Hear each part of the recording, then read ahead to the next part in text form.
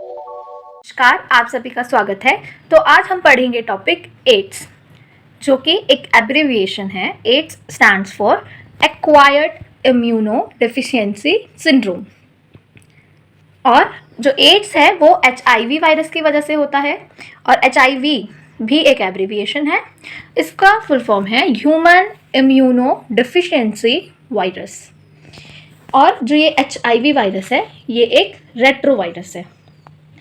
Ads का सबसे पहला केस जो रजिस्टर्ड हुआ था वो हुआ था 1981। एड्स एक ऐसी बीमारी है जो कि पर्सन को उसके लाइफ टाइम में एक्वायर होती है, and it is a disease जिसका कोई क्योर नहीं है। इसमें डेथ कंफर्म्ड है अगर कोई पर्सन अफेक्ट हो जाता है तो। अब कुछ रीजन्स की कोई पर्सन को अगर एड्स हुआ है तो वो क्या कारण हो सकते हैं। सबसे पहला कारण है sexual contact with infected person.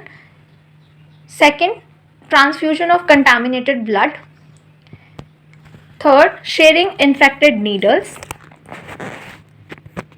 And last, infected mother to child through placenta. तो एड्स में या तो जो कोई नॉर्मल पर्सन है, अगर उसने किसी पर्सन को एड्स है, उसके साथ उसने किसी भी तरह का सेक्सुअल कांटेक्ट किया है तो उससे उसको एड्स हो सकता है। सेकेंडली, कोई मान लीजिए कोई इन्फेक्टेड पर्सन है और उसको पता नहीं है कि वो इन्फेक्टेड है और उसने अपना ब्लड डोनेट कर दिया। अब क्या हुआ, वो ब्लड किसी अदर पर्सन को जाके चढ़ेगा तो वो एड्स जो है वो उस पर्सन से, जिस पर्सन को वो ब्लड चढ़ेगा उसको भी अफेक्ट हो जाएगा। ठीक इसी तरह इन्फेक्टेड नीडल्स, अगर मान लीजिए कोई नीडल है वो इन्फेक्टेड पर्सन ने यूज़ किया और किसी ने उसको बिना स्टरलाइज किए दोबारा या बिना उसको क्लीन किए उसी नीडल को यूज़ कर लिया तो नॉर्मल पर्सन भी इन्फेक्टेड हो जाएगा।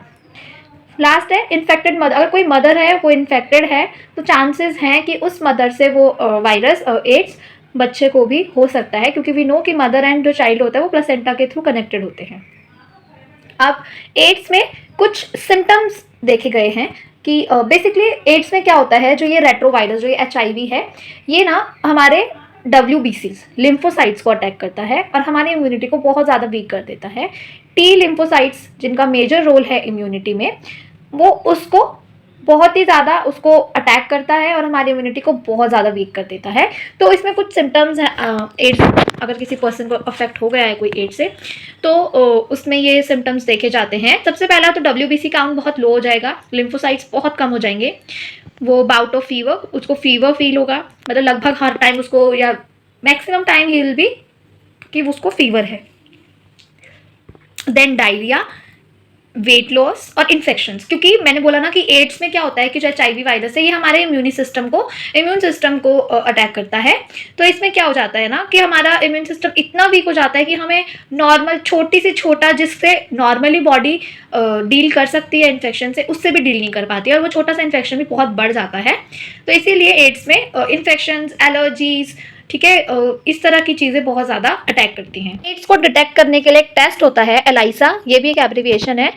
इसकी फुल फॉर्म है एंजाइम लिंक्ड इम्यूनोसोर्बेंट एसे। बेसिकली इस टेस्ट में क्या किया जाता है ना, जिसमें मतलब सस्पेक्टेड जो पर्सन है उसका ब्लड लिया जाएगा और उसको चेक किया जाएगा कि उसमें रेट्रोवायरस के अगेंस्ट कोई एंटीबॉडी तो नहीं बनी है। क्योंकि जब फर्स्ट टाइम रेट्रोवायरस एंटर करेगा बॉडी में तो हमें पता है कि जब कोई भी एंटीजन बॉडी में आता है तो उसके अगेंस्ट हमारी बॉडी एंटीबॉडी बनाती है।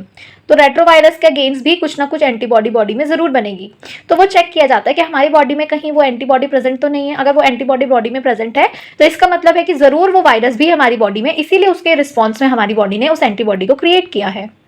देखिए, एड्स का कोई ज़्यादा ट्रीटमेंट नहीं होता है। इसमें हम एंटी रेट्रोवायरल ड्रग्स वगैरह यूज़ करते हैं एड्स के टाइम पे। अगर कोई पर्सन इन्फेक्टेड है एड्स से तो उसको एंटी रेट्रोवायरल ड्रग्स दिए जाते हैं। पर लेकिन एड्स ये सिर्फ पार्शियली इफेक्टिव होता है और इससे क्या है कि जो डेथ है ना वो डिले हो जाएगी थोड़ी, पर लेकिन उसको प्रिवेंट नहीं कर सकते हैं। अगर किसी पर्सन को एड्स अफेक्ट कर गया है तो उस पर्सन की डेथ फॉर श्योर है, चाहे अगर वो दवाइयाँ ले रहा है या वो प्रॉपर अपना ध्यान रख रहा है तो उसकी डेथ थोड़ी डिले हो सकती है, पर डेथ फॉर श्योर है। इसीलिए एड्स में और जनरली कहा भी जाता है prevention is better than cure. तो एड्स में वही चीज़ है कि बेटर है कि आप पहले से ही सेफ्टी और प्रिवेंशन के साथ रहे। अदरवाइज अगर once you are affected then your death is for sure. अब इसके प्रिवेंशंस के लिए क्या है ना कि गवर्नमेंट ने कुछ ऑर्गेनाइजेशंस क्रिएट की हैं, और मेन चीज़ है जब तक पीपल को इस चीज़ के लिए हम अवेयरनेस नहीं प्रोवाइड करेंगे, उन्हें एजुकेशन नहीं देंगे, उनको नॉलेज नहीं प्रोवाइड करेंगे कि एड्स क्या है, वो कैसे होता है, ठीक है, तो तब तक लोगों को पता ही नहीं चलेगा, और वो फिर कैसे प्रिवेंशन करेंगे। जब उनको पता होगा किसी चीज़ के बारे में, उसके सिम्टम्स के बारे में, तभी वो उस चीज़ को अच्छे से डील कर पाएंगे। इसी तरह कुछ ऑर्गेनाइजेशंस क्रिएट हुई हैं, NACO which is national AIDS control organisation, and NGOs non governmental organisations. बहुत सारे एनजीओज हैं जो कि इसमें वर्क कर रहे हैं, कि उनका काम है कि एड्स के बारे में लोगों को बताना, जागरूक करना। और नाको ये एक national AIDS control organisation create हुई है, इसका काम भी है लोगों को एड्स के बारे में जागरूक करना, इसके सिम्टम्स के बारे में बताना, इसके प्रिकॉशंस के बारे में बताना। That's all. ये एनसीईआरटी में डायग्राम है हमारा एड्स टॉपिक में, ये डायग्राम काफ़ी इंपॉर्टेंट है, ये पूछा गया है कई बार, ये पूरा आपको ड्रॉ करना पड़ता है, तो इसको आप अच्छे से समझ लीजिए। देखिए सबसे पहले ये है रेट्रोवायरस, ठीक है, रेट्रोवायरस आया जिसमें वायरल आरएनए है, ठीक है।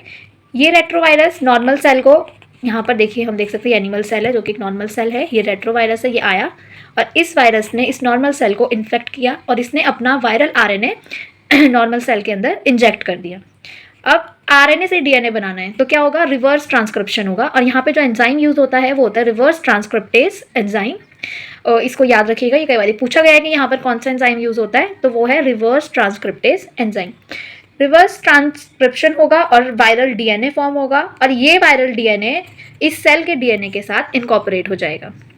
और फिर क्या होगा, ये जब सेल के डीएनए के साथ इनकॉर्पोरेट हो गया न्यूक्लियस में जाकर, तो यहाँ से अब जो न्यूक्लियस से जो आरएनए क्रिएट होंगे, जो हर सेल से एक आरएनए न्यूक्लियस में, हमें पता है कि आरएनए न्यूक्लियस में जाके क्रिएट होता है, तो न्यूक्लियस में ही डीएनए है, तो अब इस डीएनए में क्या हुआ है कि वायरल डीएनए भी आके इनकॉर्पोरेट हो गए, तो अब जो आरएनए फॉर्म होगा वो भी वायरल या इन्फेक्टेड आरएनए क्रिएट होंगे, और ये आरएनए क्या करेंगे फिर फर्दर जाके नए सेल्स को जो अनइफेक्टेड हैं उन्हें अफेक्ट करेंगे। तो इसी तरह क्या होगा, ये प्रोसेस चलता जाएगा। और इसमें एक नोट भी दिया गया है कि जो इन्फेक्टेड सेल है, जो सेल इन्फेक्ट हो गया, तो ऐसा नहीं होगा कि वो सेल मर गया और जो वायरल आरएनए है वो टेक ओवर कर लेगा, नहीं, वो सेल भी सर्वाइव करेगा और साथ ही साथ जो वायरस है वो भी रेप्लिकेट होता रहेगा और रिलीज होता रहेगा, और वो और नए नए नॉर्मल सेल्स को अफेक्ट करता रहेगा। आई होप आपको समझ आया होगा। इसी तरह ईजी एक्सप्लेनेशन और फर्दर टॉपिक्स पे वीडियो के लिए आप मुझे कमेंट्स में बता सकते हैं। Thank you so much.